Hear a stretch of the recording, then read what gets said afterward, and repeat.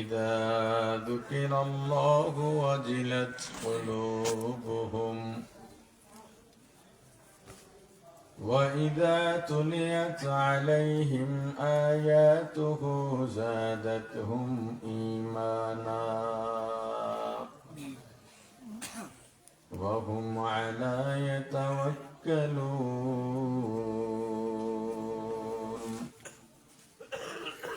صدق الله العظيم. درود شريف পড়ি। اللهم صل على محمد وعلى آل محمد كما صليت على إبراهيم وعلى آل إبراهيم إنك حميد مجيد. اللهم بارك على محمد وعلى آل محمد كما باركت على إبراهيم وعلى آل إبراهيم إنك حميد مجيد.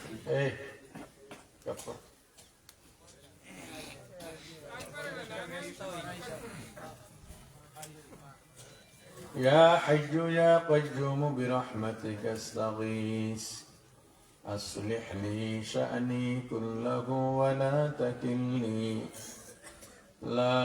تكلني إلى نفسي طرفة عين. الحمد لله. বাংলাদেশের বুজুর্গ আলেম, আমাদের শ্রদ্ধা ভাজন হাজার হাজার আলেমের উস্তাদ আল্লামা নুরুল হুদা ফয়জি রহিমাহুল্লাহু তাআলার প্রতিষ্ঠিত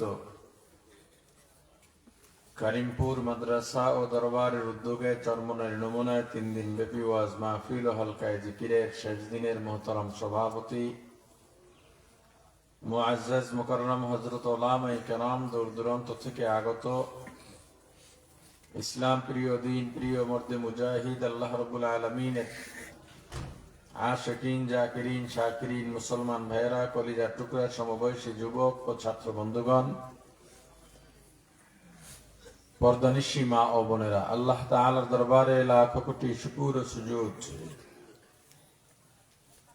যেই মহান রব্বুল আলামিন আমাদেরকে হায়াত তৈয়বা দান করে দুনিয়ার জান্নাতের বাগান কোরআন সুন্নাহর আলোচনার এই মুবারক মজলিসে আশা ও বসার মতো তৌফিক দান করেছেন, আলোচনা শোনার মতো সুযোগ করে দিয়েছেন, এজন্য শুকরিয়া আদায় করি আলহামদুলিল্লাহ। ভাই ব্যাস কমাও মাইকে।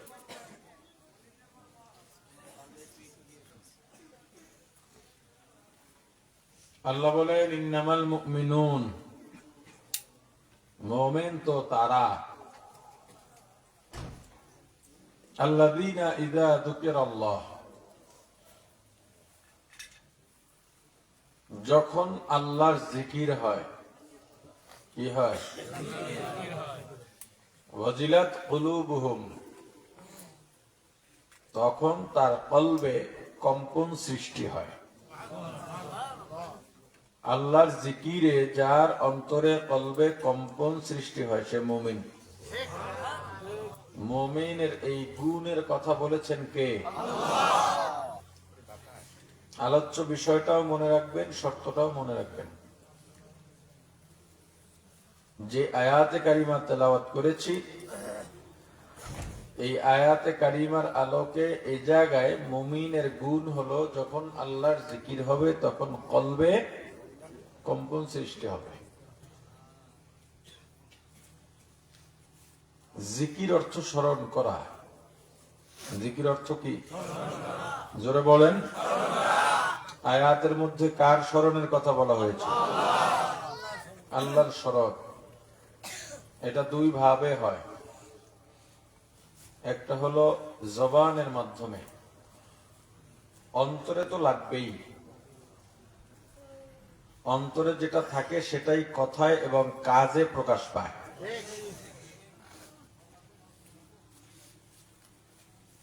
আল্লাহর জিকিরের ধরন একটা হলো জবানের মাধ্যমে আল্লাহ স্মরণ করা।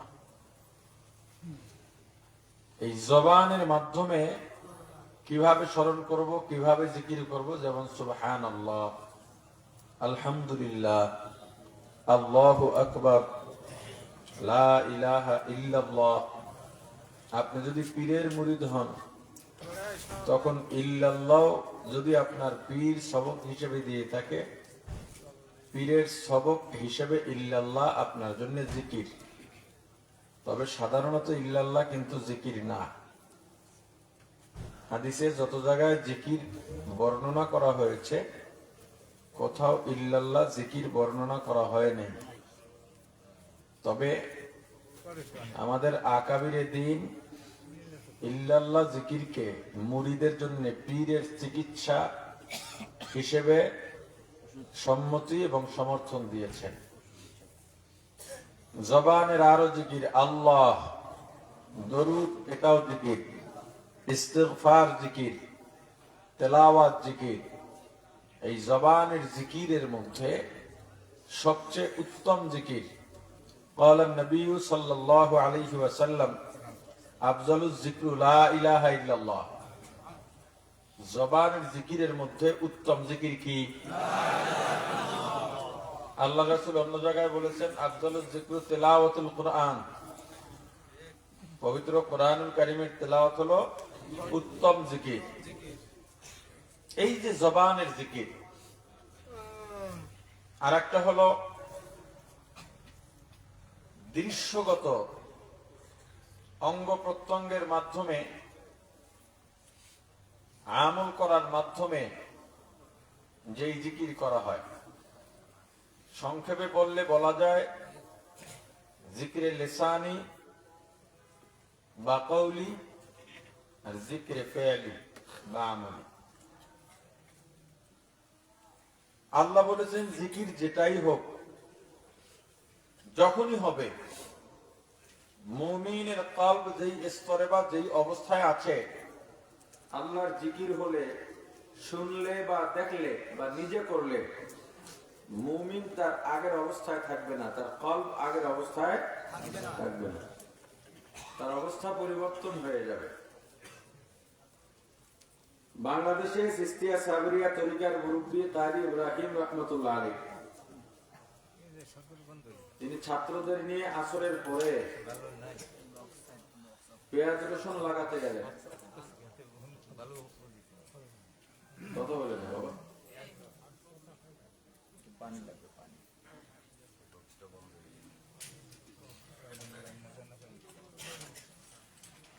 তো হুজুর তো চাঁদপুরে এক সময় এরকম একটা কথা জারি ছিল, চাঁদপুর লঞ্চ থেকে মানুষ নেমে জুতা বগলে নিয়ে হেঁটে যেত। যারা জাকিরিন, যারা মুমিন, এর মানে এই নয় জুতা হাতে না নিলে গুনাহ হবে বা এটা জুতা খুলতে হবে, এটা ইয়াকিন করলে গুনাহ হবে। ওইটা যার যার আবেগের বিষয়, যদি শরীয়ত বিরোধী না হয় সেখানে আবেগ তাড়িত হয়ে এই কাজগুলো করা যায়। শরীয়তের অনুষঙ্গ মনে না করলেই হলো। কেন তারা জুতা খুলে যেতেন? যে চাঁদপুর উজানি রাস্তার দুই ধারের গাছও জিকির করে, এমন একটা পরিবেশ ওই সময় ছিল। আর ইব্রাহিম রহমতুল্লাহ আলাইহি ছাত্রদের নিয়ে পেঁয়াজ আর রসুন লাগাইতেছেন আর জিকির করতেছেন, আর সাথে সাথে পেঁয়াজ রসুন ঠাস ঠাস করে জমি থেকে উপরে উঠে যায়। হুজুর বললেন কোনটা বন্ধ করব? যদি জিকির বন্ধ করি পেঁয়াজ রসুন লাগানো যাবে, আর যদি জিকির বন্ধ করি পেঁয়াজ রসুন লাগানো যাবে না। অতএব এখন দুইটার যে কোনো একটা বন্ধ করতে হবে। হয়তো জিকির বন্ধ করে পেঁয়াজ রসুন লাগাতে হবে, না হয় পেঁয়াজ রসুন লাগানো বন্ধ করে জিকির করতে হবে। সাথের ছাত্ররা বললেন, ওরা তো মুমিন, ওদের কল এখন তো ভিন্ন স্তরে পৌঁছে গেছে, ভিন্ন হালতে আছে। ওরা বলল, জিকিরে যে মজা পাচ্ছি এটার থেকে বিরত হওয়া যাবে না। হুজুর বললেন, তাহলে চলো আর একদিন লাগাবো। আপনারা বিভিন্ন সময় শুনেছেন উপমহাদেশের সিস্তিয়া সাবরিয়া তরিকার মুরব্বী রশিদ আহমদ গঙ্গুহি রহমতুল্লাহ আলাইহি জিকির করতে করতে তার শরীরের সব জোড়া অঙ্গ প্রত্যঙ্গ জিকির করেছে। এমনকি বর্ণনায় আছে শরীরের 360টা জোড়া আলাদা হইয়া জিকির করতেছে। আমি দেওবন্দ দেখার জন্য ইন্ডিয়ায় সফর করেছিলাম বেশ বহু বছর আগে, 15-16 সালের কম হবে না। তো খুবই আবেগ ছিল যে আমাদের মুরব্বীদের জায়গাগুলো ঘুরে ঘুরে দেখবো। থানভী রাহিমাহুল্লাহ কিভাবে বয়ান কোরআন লিখেছিলেন তাফসীর। গঙ্গুহি রহমতুল্লাহ আলাইহির ওখানে যাওয়ার পরে হুজুরের যে কবর সেটা বাড়ির ভিতরে আছে ঠিক, কিন্তু আব্দুল কুদ্দুস গঙ্গুহি রহমতুল্লাহ আলাইহির কবরকে বেদাতিরা দখল করে মাজার করে ফেলেছে। তবে পাশেই গঙ্গুহি রহমতুল্লাহ আলাইহির সেই খানকা এখনো আছে, ওটাতে ওরা তেমন রদবদল করে না। মূলত আল্লাহ ওয়ালাদের দরবার বা কবর যেখানে থাকে এখানে মাদ্রাসা হওয়া জরুরি। মাদ্রাসা না হলেই সেখানে কবর পূজা হবে, মাজার হবে, বেদাতি কর্মকাণ্ড হবে। গঙ্গুহি রহমতুল্লাহ আলাইহির ওখানে মাদ্রাসা হয়নি। তিনি কিতাব লিখেছেন অনেক, ওরকম বলার মতো মাদ্রাসা ওখানে নাই। যা হোক, ওখানে যাওয়ার পরে এই বিশাল বিশাল চুল, জট, কলকি মলকি অবস্থা বেতা। তো ওরে বললাম, বেটা আমরা বাংলাদেশ থেকে এসেছি, তোরা যেখানে মাজার করছস এদের মূল হাকিকত আমরা বাংলাদেশে জীবিত রাখছি, তোরা তো মেরে ফেলাইছ, আমরা মেহমান। একটু গঙ্গুহি রহমতুল্লাহ খানকায় ঢুকবো।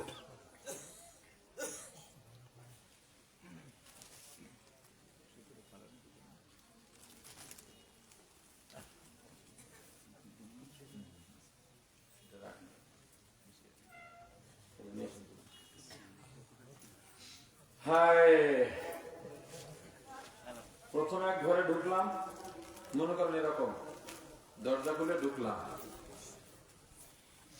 মানুষ দরজা খুলে ঢুকে দোতলায় ওঠে, ঠিক না? কথা বলে। আর আমাদেরকে সিঁড়ি দিয়ে নিচে নামাইতেছে কবরের মধ্যে। হুজুরের মুরাকাবার ঘরটা মাটির মধ্যে। ওখানে ঢোকার পর আমাদের প্রত্যেকের মোবাইলে নো সার্ভিস লেখা উঠছে, মানে নেট নেই। ওই মাটির ঘর দরজা লাগানোর সাথে সাথে মনে হয়েছে কবরে মনে হয় আসছি। কবরের যে ভয়ঙ্কর অন্ধকার তার কিছু টের পাওয়া গেছে। ঘরের চারিদিকে কিন্তু মাটি, উপরে শুধু চাল দেওয়া আছে, এটাকে ওরা কিছুটা মেরামত করেছে। তো ওখানে ঢোকার পরে যেটা অনুভব হলো যে একজন সুস্থ মানুষ এই ঘরে বেশিক্ষণ থাকতে পারার কথা না। নিজ হাতে বেতের আঁশ দিয়ে একটা খাট বানাইছেন, টুপি আছে, বিশেষ ধরনের একটা টুপি, তাও তার হাতে বানানো, একটা বেতের লাঠি আছে। ওখানে চিহ্ন বলতো এরকম আর কিছুই নেই। ওই সুল্লদের জিগেইলা ওরাই সব বর্ণনা দিতেছে, আবেগ আপ্লুত হয়ে গেছে, ওদের চোখের থেকে পানি পড়তেছে। তো বললাম তোমরা এখানে চোখের পানি ফেলতেছ, এই জায়গার হাকিকত সব সত্য, তোমাদের এই অবস্থা কেন? কয় বিষয়ে প্রশ্ন করেন। আমরা এক দেশের মানুষ, ওই দেশে গিয়ে আর কত জ্বালানো হবে। দারুল উলুম দেওবন্দের আজিম এক উস্তাদ আল্লামা কমরুদ্দিন সাহেব রাহিমাহুল্লাহ। বাংলাদেশে তো আল্লামার শেষ নাই, কথা বলে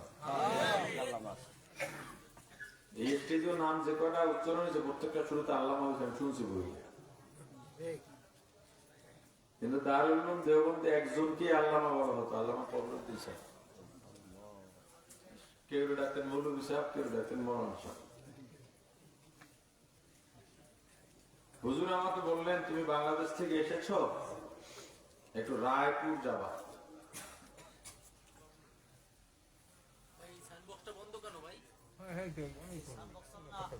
কিছু ভালো বুঝি না, সানবক্স চালু করে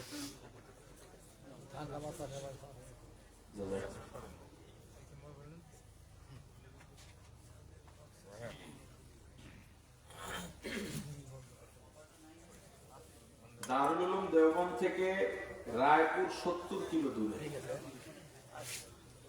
এমনি থানা ভবন, সাহারানপুর, গম্বু এগুলো কাছে, কোনটা 10 কিলো, কোনটা 15 কিলো, সর্বোচ্চ 20 কিলো। যেহেতু হুজুর বললেন তুমি যেহেতু চরমনায় নিসবতের মানুষ, রায়পুর যাবা। চরমনার নিসবত তো রায়পুরের সাথে। আপনারা যারা সাজরানামা পড়েছেন, আব্দুর রহিম রায়পুরি রহমতুল্লাহ পড়ছেন না? জি। ওখানে যাওয়ার পরে জীবনীতে যা পড়েছি তা দেখে এসেছি। ওখানে আমরা যখন গিয়েছি তখন উনি মারা গেছেন। যে আল্লাহ ওয়ালা ছিলেন আমাদেরই তরিকার এক মুরব্বী, ওনার খাদেম যিনি, তিনি ওই মাদ্রাসার নাজেমে তালিমাত। তাকে জিজ্ঞেস করলাম, হুজুরের জন্য কিছু হাদিয়া ফল ফ্রুট আনতে চাই, ইফতারে কি আনবো? উনি বললেন কোনো লাভ নাই। কেন? ওনার যখন ইশারা হয় তখন খান। উনি নামাজে দাঁড়াইলে কতক্ষণ যে রুকুতে চলে যায় হিসাব নাই। যখন ইশারা হয় রুকু থেকে ওঠে। এমনও বান্দা আল্লাহর দুনিয়াতে আছেন না নাই? ওখানে গিয়ে দেখলাম মানুষ কিভাবে কান্নাকাটি করে শুধু আল্লাহকে পাওয়ার জন্য। একটা ঘর আছে মোরাকাবার, এখানে শুধু মোরাকাবাই চলে আর কান্নাকাটি চলে। একটা ঘর আছে জিকিরের, একটা ঘর আছে নামাজের। ধনী গরিব কোনো ভেদাভেদ নাই, কেউ কেউ কাউকে হুজুর চেনেন না। ওই ধনীরা যান, আলেমরা যান, একটু দেখেন, এটাই তাদের শান্তি। আমরা দুপুর থেকে ইফতার পর্যন্ত অপেক্ষা করলাম একটু সাক্ষাৎ করব। হুজুরের কাছে খবর গেছে বাংলাদেশ থেকে মেহমান আসছে, আপনার সাক্ষাৎ চাই। এশাওয়াক্ত হয়ে গেছে, এত দূরে গাড়ি নিয়ে গেছি ভাড়া, ট্যাক্সিওয়ালায় বারবার গুতাইতেছে, রুপিয়া বাড়াই দেওয়ান লাগে, দিমু। যেখানে আসছি একটু কথা বলে যায়, এসার আগে আগে খবর হলো ডাকে, গেলাম, কথাবার্তা নাই। আরো পেশ করলাম, যদি বায়াত হতে চাই কি লাগবে? যদিও থানবী রহমতুল্লাহ বলছেন ইসলাহাতের লাইনে একজনের মুরিদ হইলে তিনি জীবিত থাকতে বা তার অনুমতি ছাড়া আর এক জায়গায় মুরিদ হওয়া যায় না। জানতে চাইছে এখানের অবস্থাটা কি। উনি শুধু একটু কথা বলছেন, থাকো 2 মাস 3 মাস থাকো, এরপর দেখো এখানে তোমার ইসলাহ হয় কিনা বা হবে কিনা। এরপর যদি অনুমতি পাই তবে বায়াত করব। আর বাংলাদেশের কোন পীরের কাছে যদি যাইয়া কয় যে মেজবা সাহেব মুরিদ হইবে, আরে খোদা খাইছে। পীরের লইয়া মুরিদে হাদিয়া নিয়ে যাইবে কোন সময়? পীরে মুরিদের জন্য হাদিয়া লয়ে বইয়া থাকে। এটা কোন পীরেরা করবে? যারা পীর মুরিদির ব্যবসা করে তারা। কথা বলে না। জীবনে বহু আল্লাহ ওয়ালা আল্লাহর ওলি সাক্ষাৎ আল্লাহ ঘটাইছেন। 2015 বা 16 সালে হজে গিয়েছি, জীবনের প্রথম, বড় আবেগ নিয়ে। সাথে পাইলাম আল্লামা নুরুল হুদা ফয়েজি, পীর সাহেব চরমোনা, আরো কয়েকজনকে। ভাগ্যক্রমে মক্কা মদিনায় আমরা সম্ভবত 42 দিন বা 41 দিন ছিলাম। দুই জায়গায় একই রুমে আমি আর হুজুর। মাশাআল্লাহ। আমি তাকে এমন চেনা চিনিছি, তার ছেলেরাও এত চেনে না, আমি দায়িত্ব নিয়ে বললাম। এবং সেই থেকে ইন্তেকাল পর্যন্ত, ইন্তেকালের 1 সপ্তাহ আগেও হুজুরের সঙ্গে আমার বেশ মজাদার আলাপ হয়েছে। আমি খুব মানে পোলাপানে যেমন বায়না করে, আমি খুব জ্বালাইছি হুজুর। চরমোনাই গেলে ওখানে আমার একটা টাইম থাকতো স্পেশাল, হুজুরের টাইম নেই তো ধরে বসাইতাম, মানে খুব জ্বালাইতাম আর কি। এটা হলো ভালোবাসার জ্বালানো। হুজুরও খুব আদর করতেন।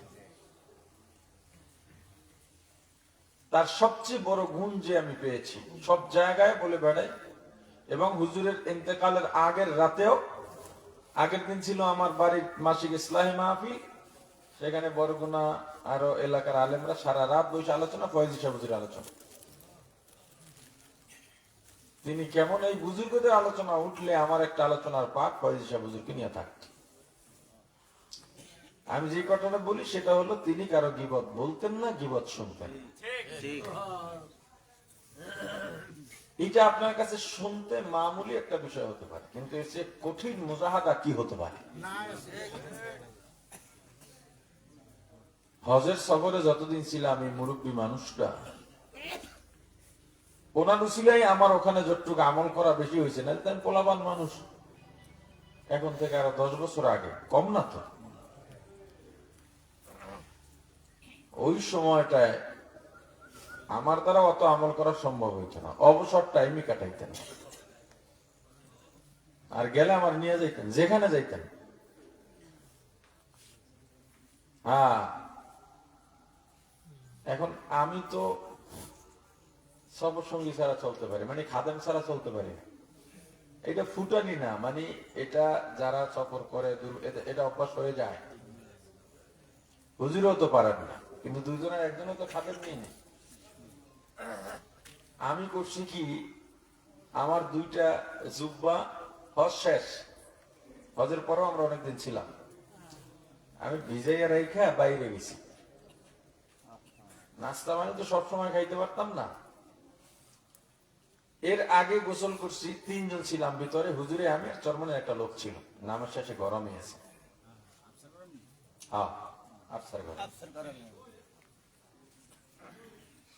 তো হুজুরে একটা কাপড় রাখছে, আমি ধুয়ে দিতে চাইছি, ধুয়ে দিতে দেয়, যাক দেবে না। কিন্তু হুজুরের খাদেম লাগে, আমার দিয়ে ধোয়। আমি প্রথম বুঝি নাই ব্যাপারটা। আমি গিয়ে আমাদের কন্ট্রোল রুমে, আমাদের আলকারিম হস্কা ফেলায় গেছিলাম, বললাম যে হুজুরের একজন খাদেম তো আপনারা দিতে পারে, হুজুরে কষ্ট করতেছে, এটা কিন্তু ভালো না। আমার একজনের রহস্য করে কইতেছে, আপনি তো পারেন। আমি বলছি, আমি তো পুরাই পারি, কিন্তু হুজুর তো আমার কোনো কিছুই ধরতে দেয় না, প্লেটটা পর্যন্ত ধুয়ে দিতে দিতেছে না। আমি আমার 2টা জুব্বা ভিজাইয়া রাইখা আমি গেছি বাইরে, একটু কলা টলা আনবো, ফল টল আনবো। মেহমান আয়, ওই দেশের বাইরে গেলে প্রচুর মেহমান আসে দেখা করতে। আর তখন হুজুর আমি 2জনের সাথেই আসে, ফল ভরে লাই পয়সা যায়, পরে আবার আমার কেনা লাগে। আমি আইসা কাপড় ধুতে যাম, গিয়ে জুব্বা 2টা নাই। আমি গেছি কন্ট্রোল রুমে, গিয়ে ওগুলো কইতেছি, কি খাবা আজকে, কে কি খাবা আমি খাওয়াবো। উপলক্ষ কি? আমি জামা 2টা ধুয়ে দিয়েছে, কেটা এটা খাও, এনে না আমরা ধুই নাই। ব্যাপার কি? তাহলে জামা ধুবে কে? আমি পেরেশান হয়ে আবার রুমে গেলাম, ঘর আমি রেজে গেলাম, চাচা আমার জামা ধুইছে কেটা, ফয়েজি সাহেব। মানে আমি একটা চিৎকার দিয়ে বসে পড়ছি, এর মধ্যে হুজুর রুমে ঢুকছে, হুজুরে জড়াই ধরলাম, হুজুরটা করলেন কি আপনি? আপনার কাপড় তো আমার ধরতে দিলেন না। কয় আপনি কত কষ্ট করেন, আপনার নিজেরও তো খাদেম লাগে, দিলাম যে আমি, আপনারা তো আমার দিলেন না। এরপরে বাংলাদেশে 5 বছর একাধারে আইন পরিষদে কাজ করলাম। মাঝে একটা যে কোনো কারণে অভিমান করে আইন পরিষদ থেকে রিজাইন দিলাম, যে আমি আর কাজ করতে পারবো না। হুজুরও রিজাইন দিলেন, মেজবা কাজ না করলে আমিও করবো না। পরে আবার কাজ করলাম। মৃত্যুর আগ পর্যন্ত সম্পর্ক ছিল। এই যে মুরব্বীদের, বুজুর্গদের যে কলবের হালত, এই অবস্থা ছিল, এর কারণ কি? তাদের কলবে আল্লাহর জিকির জারি ছিল।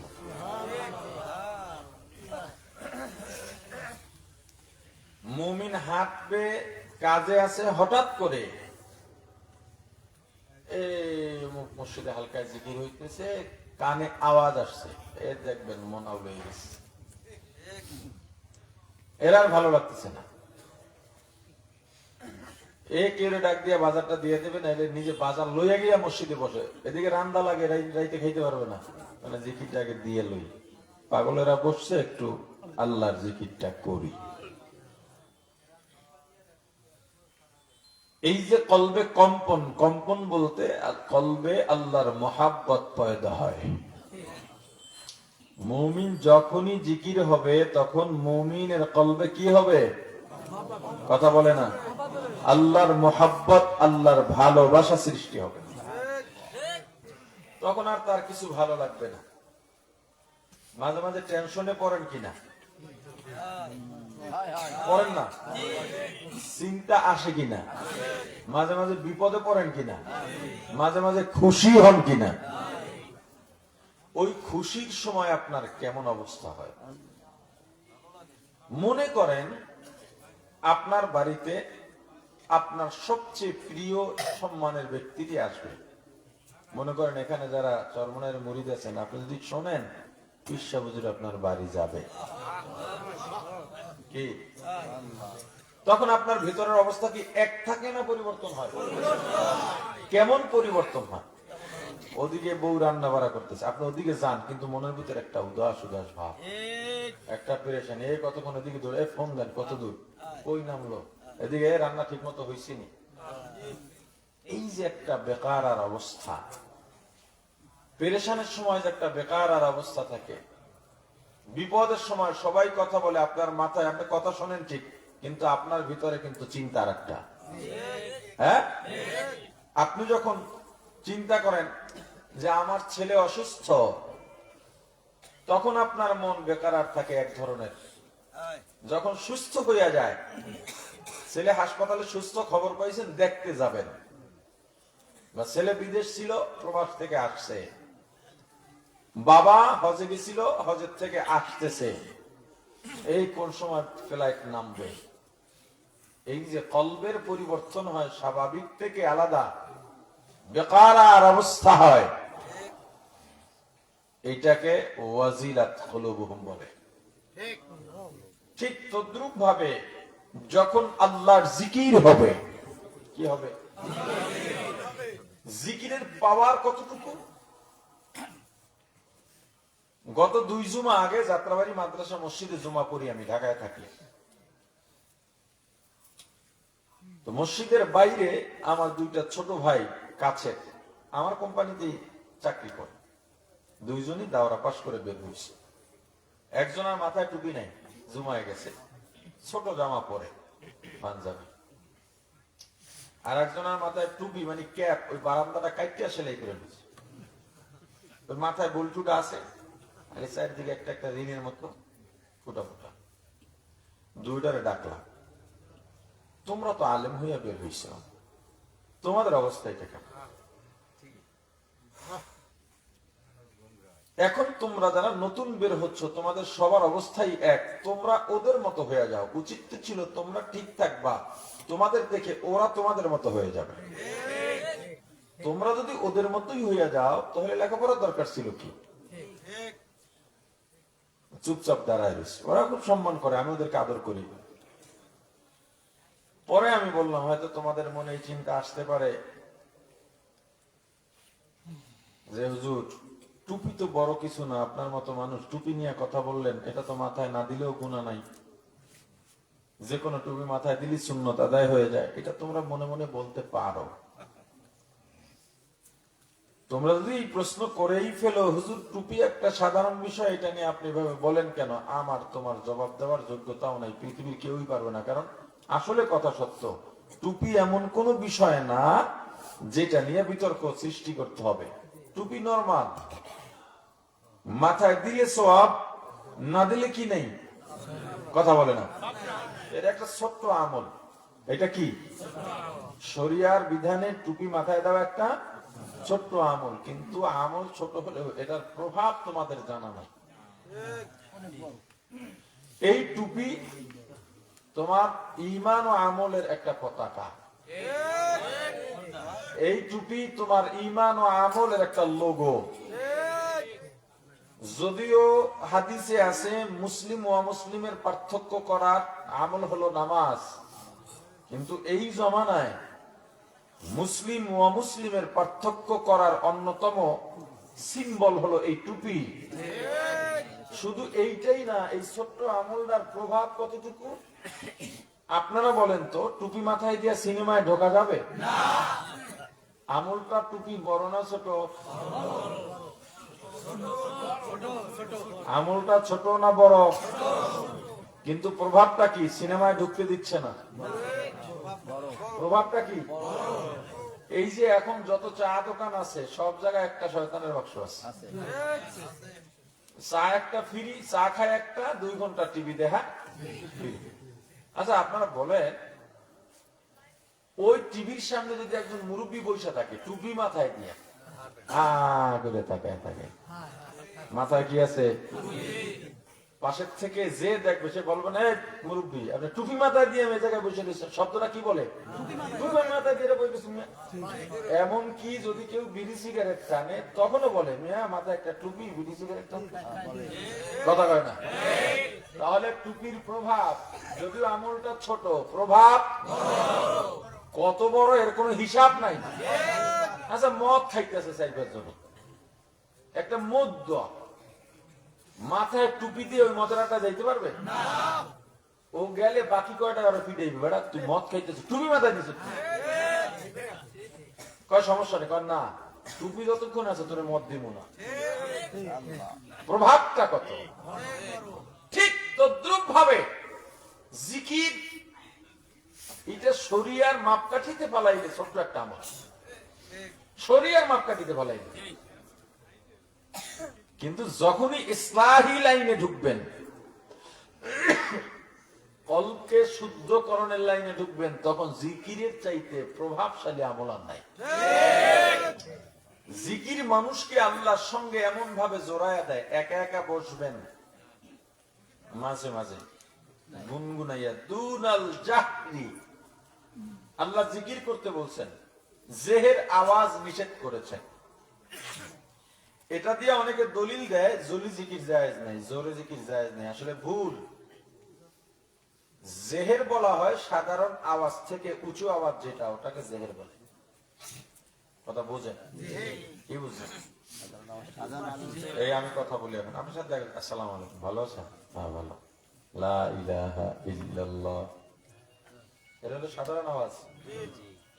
কিন্তু আমি যখন জিকির করব এই আওয়াজের থেকে চিৎকার দিয়া, ওটাকে বলে জেহের। কিন্তু ওই জেহের জিকির নিষেধ করেছেন সকালে আর সন্ধ্যায় বা রাতে, যখন আশপাশে মানুষ ঘুমায় বা কাজে ব্যস্ত। কিন্তু যেখানে সবাই জিকির করে সেখানে কে কারে দিতে হবে? সেখানে জেহের দিলেও সমস্যা নাই, তবে জেহের না হইয়া জিকির শান্তভাবে হওয়াটাই বেশি ফলদায়ক। বৈশা বৈশা একটু জিকির করে দেখেন, পাথর হৃদয়টাও কিভাবে গলে যায়। আমরা কি কর? আচ্ছা জোয়ার যখন আসে সবসময় গোল পড়ে? কখন পড়ে? স্রোত যখন বাড়ে অথবা জোবা হয়, স্রোত বাড়লেই একটা ঘোল পড়ে। ওই ঘোল মাঝে মাঝে এত তীব্র হয়, বিশাল সুতি বা সাগরে যত পানি উপরে আশেপাশে ময়লা ভাসে, ঘোলে আস্তে আস্তে সব টানে, টানতে টানতে সব ময়লা খাইয়া পানিটারে পরিষ্কার বানায় ফেলায়। দেখবেন ঘোলে মাঝে মাঝে বিকট শব্দ হয়, ময়লাগুলো কই যায় আর খুঁজে পাওয়া যায় না। বান্দা যখন আল্লাহর জিকিরে মশগুল হয়ে যাবে তখন কলবে আল্লাহর মোহাব্বতের স্রোত শুরু হয়। এই স্রোত যত বাড়বে, জিকির যত করবে তত বাড়বে। هو الذي أنزل السكينة في قلوب المؤمنين ليزدادوا إيمانا مع إيمانهم। মুমিন যখন কলবটাকে আল্লাহর জন্য প্রস্তুত করে ফেলে, আল্লাহ বলেন আল্লাহর পক্ষ থেকে মুমিনের কলবে সাকিনা নাজিল হয়। আল্লাহর রহমত মুমিনের কলবে নাজিল হয়। সাকিনা এটা মুফাসসিরিন ইকরাম বলেছেন আল্লাহর মায়া আরো বেড়ে যায় যদি এমন হয় কি ইমানিহিম, মুমিনের সঙ্গে আল্লাহ আরো ঈমান যোগ করে ঈমান বাড়া দেয়। যখনই ঈমান বাড়ে আল্লাহর মুহাব্বত বাড়ে, কলবে আল্লাহর মুহাব্বতের স্রোত থেকে জোবা শুরু হয়, স্রোতের তীব্র গতি শুরু হয়। কলবে আল্লাহর মুহাব্বতের ঘোরের মধ্যে দুনিয়ার যত বাধা আছে সব নেস্তনাবুদ হয়ে যায়। যত বড় ধোঁকা আসুক না কেন ওই ধোঁকা ওই মুহাব্বতের সামনে টেকে না। কলবে যত গুনাহ আছে গুনার ময়লাগুলা তাআল্লুক মা আল্লাহ, ওই বান্দা আমার আল্লাহ ছাড়া কিচ্ছু বোঝে না। বান্দার কলবে যখন আল্লাহর মুহাব্বত আল্লাহর ভালোবাসার জোয়ার থাকে, জিকির করতেই মজা লাগে, কানো লাগে না। নামাজে গেছে নামাজ পড়তে পারলেই মজা লাগে। সবার হালত এক হবে না, মুমিনের হালত পাল্টে যাবে। নামাজের আযান দিছে, ভাই চলো নামাজে যাব। পাঁচজন বলল একটু পরে যাই। জামাত তো দাঁড়ায় গেছে, ঠিক আছে আমরা নিজেরা জামাত আদায় করব। সবাই কথা বলে কিন্তু মুমিন কতক্ষণ যায় খোঁচা মারে, এই নামাজ কিন্তু হয় না।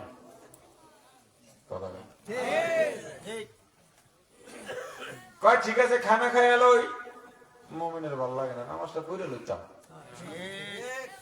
ঠিক আছে সবাই যেহেতু বসছে খানা খাইতে, খানা খাওয়া শেষ, বাকিরা বসে আছে চা নাস্তার জন্য, একটু পান খাবে তারপর নামাজে দাঁড়াবে। কিন্তু মুমিন বলে ভাই নামাজ কিন্তু নেই, চলো আগে নামাজ পড়ে নাই। ওর কলব ওর জায়গায় পায় নাই, বলে নামাজ পড়েনি, বলে একটু পড়ে, বলে দূর তোদের লাগবে না, 2-3 জন ডেকে নিজে গিয়া জামাত আদায় করে। মুমিন যখন নামাজ আদায় করে ফেলতে পারে এর চাইতে প্রশান্তি দুনিয়ায় আর কিচ্ছু নাই। ফজরের আযান হয়ে গেছে, শীতের রাত, হাত মোজা পা মোজা পরে ঘুমায়, গায়ের মধ্যে জাম্পার আছে, সোয়েটার আছে, দামি বিদেশি কম্বল গায়ে, এত শীত কান পর্যন্ত ঢাকা, কিন্তু ফজরের আযান হয়ে গেছে। উঠে গেছে লাফ দিয়া কম্বল টানে বাড়ি মেরে সরায় দিল। যেই মানুষটা কম্বল ছাড়া থাকতে পারে না, শাল চাদর ছাড়া থাকতে পারে না, হুঁশিয়ারি একটা পাতলা গেঞ্জি গায়ে, জামাত ধরা লাগবে, দৌড়াইয়া ওযুখানায় গেছে, ঠান্ডা পানিতে হাত লাগানো যায় না, কিন্তু দৌড়ে গেছে, ঠান্ডা এত ঠান্ডা মনে হয় সবটাই বরফ। এরপরে ওযু করে আর মনে মনে শান্তি, ওযু করতেছি নামাজে যাব, ঠান্ডা আর ঠান্ডা লাগে না, ওযু করতে ঠান্ডা হোক গরম হোক মজাই লাগে। শীতের মধ্যে কেউ বিছানা ছেড়ে বের হয় না, কিন্তু মুমিনের জন্য শীতের মধ্য দিয়ে হাঁটে। জিকির তত মজা, যত জিকির তত মজা। আউলিয়ারা কারে কুবা ইখতিয়ার, জাহেলারা কারে দুনিয়া, মিল্লাত মাযহাব জুদাস্ত আশিকারা মিল্লাত মাযহাব খুদাস্ত মিয়ানে আশিক মাশূক রামজিস্ত কিরামান কাতিবিন রাহম খবর নিস।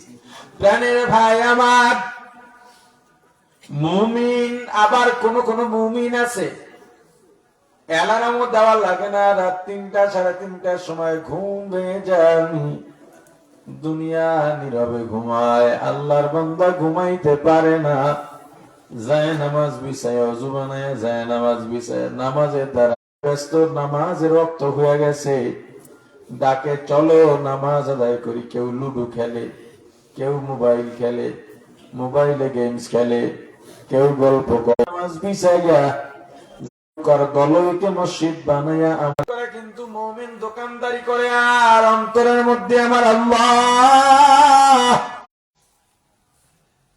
ডিউটি মতো যায় আসে। আর মুমিন চিন্তা করে সময় মতো ডিউটি করো, আমার তো ডিউটি আছে, আমার আল্লাহ দুনিয়াতে আমাকে কেন পাঠাইলেন। সবাই খায় আর মুমিন খায়, ওর চিন্তা আলাদা। ইলিশ মাছ মুখে দিলাম এক রকমের মজা, আবার বোয়াল মাছ মুখে দিলাম এক ধরনের মজা, মরিচ এক ধরনের মজা। পৃথিবীর কোন মানুষ তো আজ পর্যন্ত কোন বিজ্ঞানী এই দুইটা পাতা জন্ম দিয়া দেখাইতে পারে নাই। ওই পাতার মধ্যে থেকে আরো পাতা বের হতে হতে কয়েকদিনের মধ্যে লম্বা লতা হয়ে যায়, পাতাগুলো বড় হয়ে যায়, প্রত্যেক পাতার গোড়া দিয়ে আবার হলুদ রঙের কলি বের হয়, ফুল বের হয়, ওই ফুলের গোড়ায় ছোট ছোট কুমড়া, এই কুমড়া গুলা এক সময় বড় হয়ে যায় যাত্রাবাড়ি আরদে আমার নিজের চোখে দেখা 13 মণ ওজনের কুমড়া। এই কুমড়া চিকুন একটা লতা, ভিতরে কোনো মেশিনও নাই, কারেন্টের লাইনও নাই, নিচে কোনো জেনারেটরও নাই, মাটির উপরে ভাগে চিকন চিকন কিছু শিকড় সহ উঠে যায়। এখানেও কুমড়া নাই, লতাটা টুকরা টুকরা করে কাটলেও একটা কুমড়ার আটিও পাওয়া যাবে না, ফুলও পাওয়া যাবে না, শাকও পাওয়া যাবে না, কুমড়াও পাওয়া যাবে না। এই চিকন লতার মধ্যে থেকে এত বড় কুমড়া কে বানাইছে? কথা বলে না, কে বানাইছে? জোরে বলেন আল্লাহ। একটা লতা আবার কুমড়া এক ধরনের মজা, কুমড়ার সিলকায় আর এক ধরনের মজা, আটি যদি তেলে খায় আর এক ধরনের মজা, সাথে মজা, কলিতে মজা, ডাটায় মজা। এত সুন্দর করে সামান্য লতার থেকে আমাদের রিজিকের ব্যবস্থা করেছেন আমার আল্লাহ। ওই মুমিনের দিলটা ভালো থাকে না, এখন আমার আল্লাহকে পাওয়ার জন্য পাগল হয়ে যায়। ওরে আমার মাওলা রে, আমার মাবুদ রে,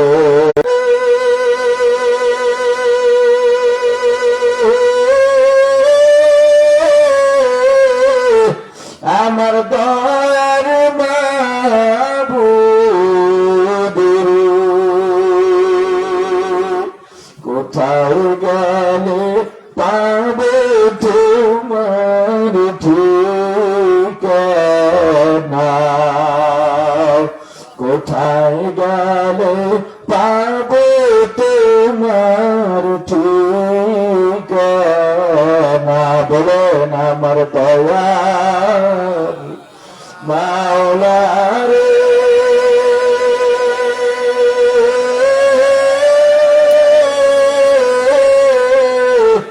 আমার দয়ার মাবুদ রে, কোথায় গেলে পাবো তোমার ঠিকানা, কোথায় গেলে পাবো তোমার ঠিকানা, তোমাকে পাইবার আসে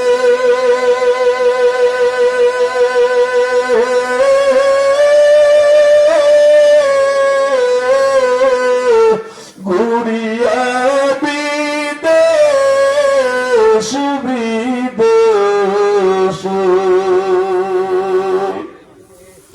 চরমনার ময়দানে করলাম বিছানা, কারিমপুর ময়দানে করলাম বিছানা। ও ভাই, আজকে বাড়িতে যাবেন, জীবনে যদি নাও করেন আজকে একটা কাজ দিয়ে দেব, বাসায় গিয়া করবেন। হাতে পায়ে ধরা লাগলেও ধরতে রাজি আছি, তবু আজকে বাড়িতে যাবেন, একটা কাজ করবেন। সবাই যখন ঘুমায় যাবে আপনি সুন্দরভাবে ওযু বানাবেন, পানি ঠান্ডা হোক আর গরম হোক, এটা করবেন। এরপরে আলাদা একটা রুমের মধ্যে চলে যাবেন, জায়নামাজ বিছাবেন, দরজা লাগায় দেবেন। ডিম লাইট থাকলে জ্বালাবেন, না হয় অন্ধকার থাকবে, কোনো সমস্যা নাই। নামাজে দাঁড়াবেন। নামাজে দাঁড়াবার আগে দুনিয়ার সব মোহাব্বত, ভালোবাসা, দুনিয়ার মোহাব্বত, টাকা পয়সার মোহাব্বত, ধন দৌলতের মোহাব্বত, পদ পদবীর মোহাব্বত, স্ত্রী সন্তান, মা বাবা, ভাই বোন, আত্মীয় স্বজন, বন্ধু বান্ধবের মোহাব্বত অন্তর থেকে ঝেড়ে ফেলে আমার আল্লাহর ভালোবাসা, আল্লাহর গোসা, আযাব ও গজবের ভয়, জাহান্নামের ভয়, জান্নাতের আশা অন্তরে নিয়া, এটাই আমার জীবনের শ্রেষ্ঠ নামাজ, শেষ নামাজ। এত সুন্দর নামাজ আর আগে পড়ি নাই। এই নিয়ত করে সুন্দরভাবে 2 রাকাত বা 4 রাকাত নামাজ আদায়ের জন্য নিয়ত করে তাকবীরে তাহরিমে হাত বাঁধেন। ও ভাই, নামাজের মধ্যে দাঁড়াইবা, নামাজ এমন এক ইবাদত, পৃথিবীতে এমন আর কোন মাধ্যম নাই যেই মাধ্যমে আল্লাহর কাছে বান্দাকে এত কাছাকাছি নিয়ে যাইতে পারে। নামাজ একদম আল্লাহর কাছাকাছি নিয়ে যায় বান্দাকে, এত কাছে আর বান্দা কোন মাধ্যমে যাইতে পারে না। নামাজের দাঁড়াইয়াই খেয়াল আমি পুরুষরতের উপরে দাঁড়ানো, পেছনে আজরাইল অপেক্ষা আছে, ডানে জান্নাত বামে জাহান্নাম। আমার সামনে আমার আল্লাহকে দেখে দেখে নামাজ পড়ার চেষ্টা করা, যেন আমি আল্লাহকে দেখতেছি। ফাইল্লাম তাকুম তারা, যদি দেখতে না পাও ফাইন্নাহু ইয়ারাক, মনে করবা আল্লাহ আমাকে দেখতেছেন। পুলসিরাতের উপরে দাঁড়ানো আছি, মন পুলসিরাতটা দেখার চেষ্টা করবা। ওই পুলসিরাত জাহান্নামের উপর দিয়া সেট করা থাকবে। পুলসিরাতের 2 সাইডে যেই ধরনী থাকবে, গ্রিল বা রিল, ওটাও থাকবে জাহান্নামের আগুনে। হে গরিবের দল, বড় লোকের বিল্ডিং দেখে আফসোস করো না, বাজার করা দেখে আফসোস করো না। কিয়ামতের ময়দানে তোমার জন্য জান্নাতের ফেরেশতা অপেক্ষা করবে, তোমার জন্য পুলসিরাত সেকন না, তোমার জন্য বিশাল ব্রিজ, তোমার জন্য বিশাল মহাসড়ক। আজকে দুনিয়ায় তোমার মহাজনকে সংবর্ধনা দিয়ে নিয়ে যায়, কিয়ামতের ময়দানে ফেরেশতারা তোমার সংবর্ধনার জন্য অপেক্ষা করবে আর ডাকবে, আসো আসো, সালামুন আলাইকুম তিবতুম ফাদখুলুহা খালিদিন।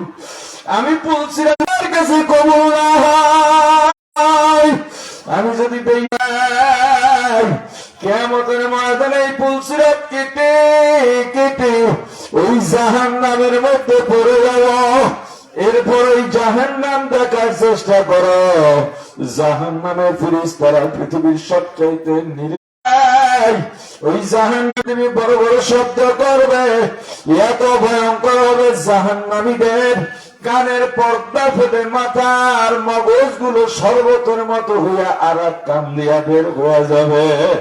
ওই জাহান্নামী যখন জাহান্নামে পড়বে, শুনবে চারিদিকে চিৎকার, কত করুণার তুলে জাহান্নামী ফেরেশতা।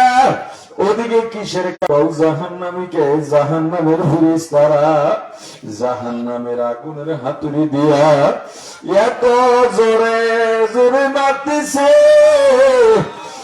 এক বাড়িতে 1 মাইল 2 মাইল ভিতরে ঢুকে যান, আবার ওদেরকে টেনে টেনে বের করে যখন উপরের দিকে উঠায়, গায়ের গোস্ত গুলো ছিঁড়ে ছিঁড়ে থেকে যায়, হাড্ডিগুলো ভেঙে যায়, ওদেরকে আবার বানায়, আবার পুরা শরীর দিয়ে আবার মারে।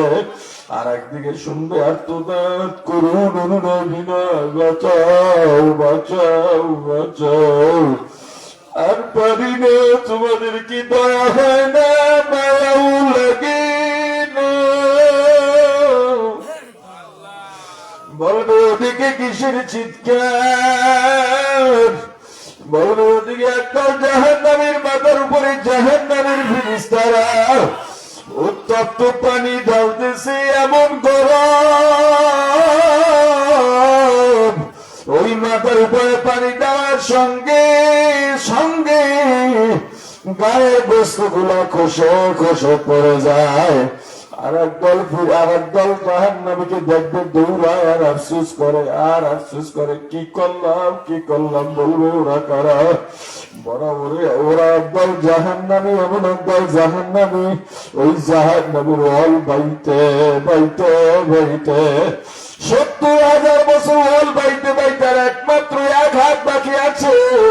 কত আশা, এক হাত দিয়া জাহান্নামের উপরে ধরা, আর এক হাত দিলেই জাহান্নাম পার হয়ে যাবে। ওই সময় আবার পিছলাইয়া গুলি করে জাহান্নামের মধ্যে পড়ে গেছে। এইভাবে এক এক ধরনের জাহান্নামের বর্ণনা শুনে জাহান্নামী দৌড় দিয়ে পালাবার জন্য পিছন থেকে আর একজন ওরে থাবা দিয়া পিঠের মধ্যে ধরবে, কই যাস? ওই যে থাবা দিয়া ধরবে তার হাতের মধ্যে বড় বড় নখ, ওই নখ গুলা পিঠের মধ্যে দুইটা হাত আটকে যাবে, ছুটতে পারবে না। এভাবে দুইজনে দৌড় দেবে, তখন ওদেরকে আবার দুইজনে ধরবে, আরো ধরবে। এইভাবে একটার পিঠে ধরতে ধরতে ফুটবলের মতো গোল হইয়া জাহান্নামে পড়বে আর ঘুরবে, পড়বে আর ঘুরবে। বাজারে দেখছো দোকানে গ্রিল কেমনে পড়ে, তুমি তো খাও।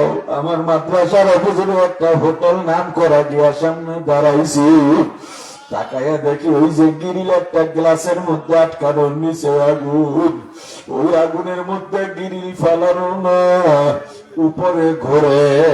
ম্যানেজারকে ডাক দিলাম, দৌড়ে আসছে। আমি বললাম, আগুন তোর গায়ে লাগে না? বলে, হুজুর আগুন লাগবে না, আগুনের যে তাপ, ওই তাপে মুরগির ভিতর পর্যন্ত পুরে শুদ্ধ হয়ে যাবে। মনে মনে ভাবলাম, ওই গ্রিলটা মেশিনের মাধ্যমে আগুনের উপরে ঘোরে আর পড়ে, ঘোরে আর পড়ে, পড়তে পড়তে উপরটা কালো হয়ে যায়, ভিতরটা সিদ্ধ হইয়া যায়। জাহান্নামেও তো এইভাবে জাহান্নামীরা ঘুরবে আর পড়বে, ঘুরবে আর পড়বে, ঘুরবে আর পড়বে। আহা, ছুটতে পারবে না, আগুনও বন্ধ হবে না। এক সময় দাপাদাপি করতে করতে, জোরাজুরি করতে করতে এক একটা ছুটে ছুটে এক এক দিকে গিয়া পড়বে। যখন একজনের পিঠ থেকে আর একজনের হাত ছুটবে, ওই নখের সঙ্গে কলিজা সব ছিঁড়ে চলে আসবে।